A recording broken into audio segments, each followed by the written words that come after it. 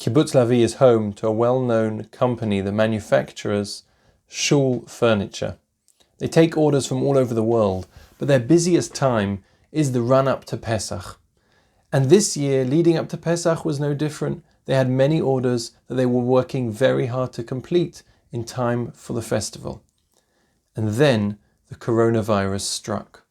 They soon realized that the country was about to go into lockdown. Their staff wouldn't be able to come into work. They wouldn't be able to keep their factory open. And then they did something unbelievable. They decided that they wanted to make sure that all of those shuls that were waiting for their furniture, all of the new shuls that were going to be opened, would have their furniture on the day that they were allowed to open again. So before the lockdown came into effect in Israel, they began working round the clock. They opened their factory every morning at 4 a.m. just so that they could complete all of those orders. They managed to finish off orders for shuls in England, in America, in Switzerland, and further afield, so that on the day when all of this is over, they would be able to reopen their shuls, to dedicate new shuls with new furniture as soon as possible. You know, this week's Parshat is called Shemini, which means the 8th day. The 8th day is the day in which the new temple, the Mishkan that the Jewish people had built, was dedicated. And it's hard for us, seeing as our shuls are closed, to read about the dedication of the sanctuary, the dedication of the Mishkan. But there's a beautiful idea that I'd like to share with you.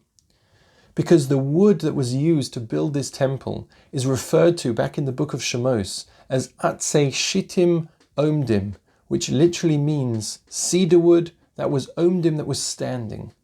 And Rashi questions, what does it mean that it was standing?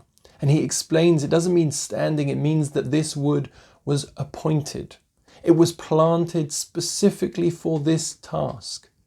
Rashi goes on to explain who planted it.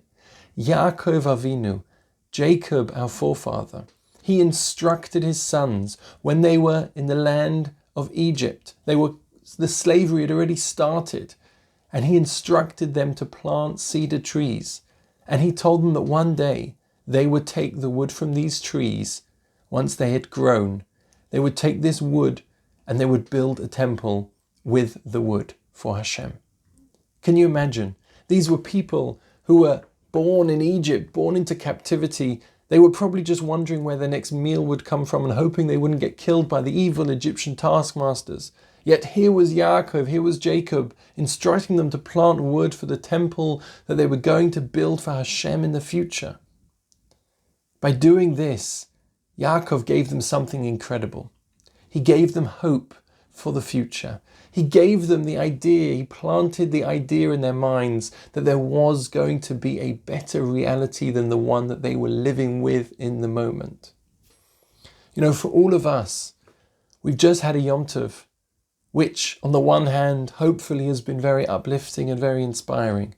But on the other hand, it's also been very difficult and very challenging, because there's not a single one of us that doesn't know either somebody who's unwell, God forbid somebody who's passed away, and many leaders of the Jewish community, both here and abroad, have already passed away because of this terrible virus, the terrible times that we're living through.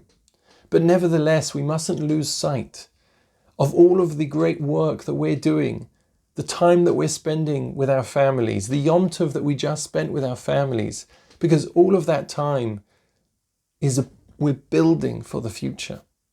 That's what we're doing. And when we come back to our shuls, when we come back and we rededicate our shuls, which are our small temples, our places of worship to Hashem, then please God will take all of that energy and everything that we've done up to now, and every mitzvah that we did at home, every davening that we did at home, and the time that we spent with our families, all of that we will take, and with that we will build our shuls and rededicate our shuls again. Please God, hopefully this will happen speedily, b'mheirav yameinu, as soon as possible. We'll gain the ability to get together again, to daven again, to rededicate our temples. Wishing you a good Shabbos. Keep well and healthy.